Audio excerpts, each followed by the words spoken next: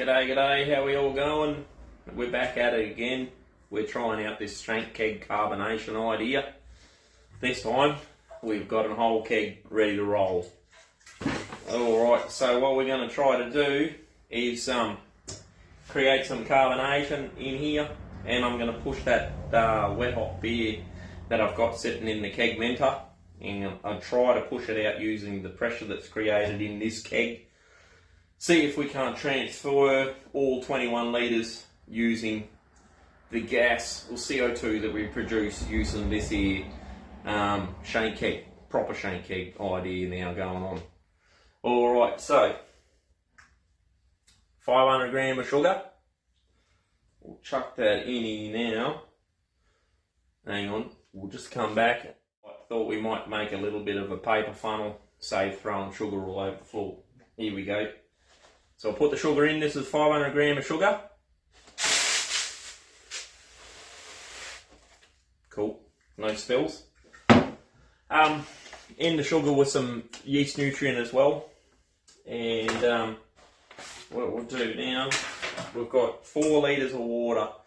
So what I'll do, I'll link in here somewhere a bit of an original gravity using the Brewer's Friend software. 0.4 kgs of cane sugar, and it's about 400 mils of water. About it, we want a quarter of the volume of the keg, so yeah, 4 or 5 litres. There's some warm water in here already, so about 4.5 litres. All right, we'll add the water. Little spillage.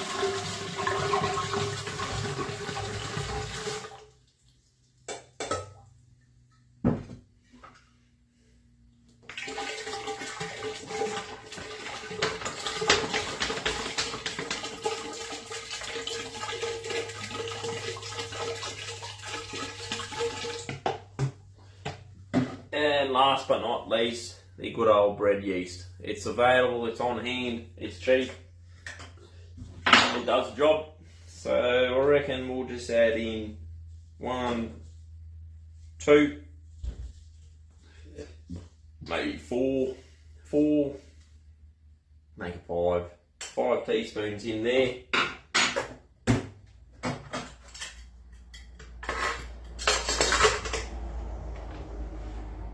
Put the lid on, we'll give it a shake. Alright, we'll give it a good old shakeage. So now, what I'm going to do, we'll leave this overnight. We'll let it carbonate up, let it build up some pressure. This is a little bit different than using the PET bottle because I can't push all the air out.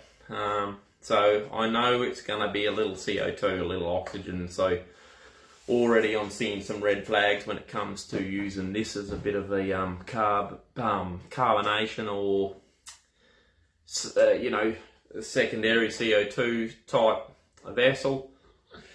I can't guarantee that this is oxygen free, but maybe theoretically the yeast is going to consume the oxygen in there and turn it into CO2, so who knows. Let me know.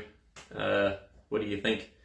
Obviously this Shank Keg idea has been passed around a little bit from channel to channel. Martin Keane had an old mate on his channel a little while ago. What was it, cheap homebrew hacks or something like that, and that's where I got this from. So yeah, I don't see any reason this ain't going to build up a bit of pressure. I'm a bit dubious using 500 gram of sugar in here. I was going to use 400, but after doing that bit of a calculation using the software, it come in like 1.048 original gravity. So 6% I think it was going to ferment out at. So I thought, oh, that's not too much. So yeah, we'll see how it goes, eh? If I'm night time before them tomorrow, you'll know why. We got a bit of an experience. But I'll leave it in here. This garage is pretty warm at the moment. And what I will do is I'll come back to you tomorrow, and what I'll show you is how I'm going to push the beer in using this Shank Keg into the keezer. Alright. Cheers. Wish me luck. Bye. Hey, g'day, how we going? We're back again. We're ready to transfer the beer out of the keg menter. We'll see if we can do it using the pressure that we've built up in the keg here, eh? Alright, see how we go. Cheers. Alright, so I'll show you how much pressure we got in here. See if we can do it one-handed. It's a bit built up. As you see, I reckon at least 50, 60 psi. So there's plenty of gas in that now.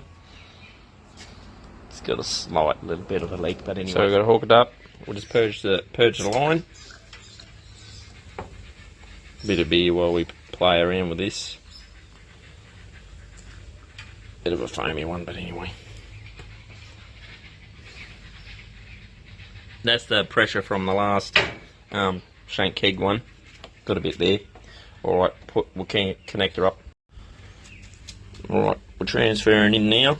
We'll just put this butterfly valve on. And we'll come back to you in a little bit. What I might be able to do is, this will show me what I got in the keg here. So we've got just under 10 psi. Listen to this, ready?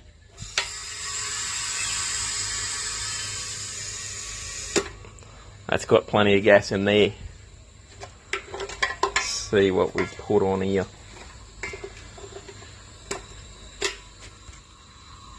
Up to 20 psi.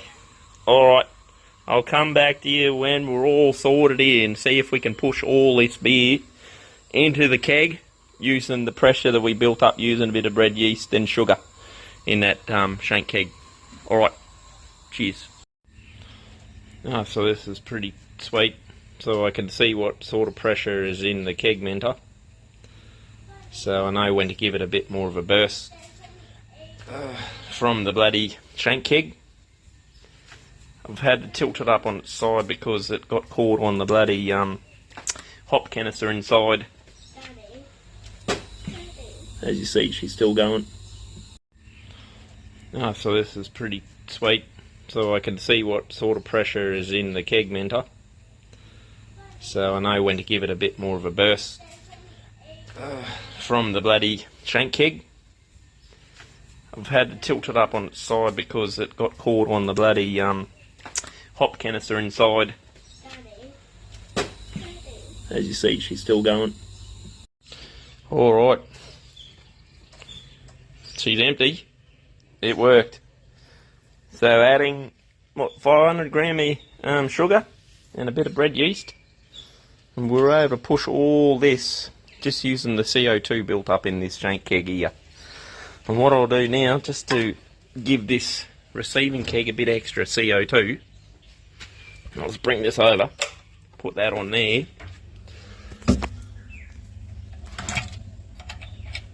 Take that off there. And what we can do is send the rest of the pressure. See if you can hear this. Alright. See how much pressure we got left in that. We'll just use this spunding valve. Twist her right up.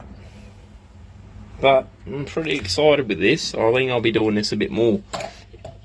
You just need a spare keg hanging around. Yeah, we're off the bloody, off the scale. But that's good. That's good.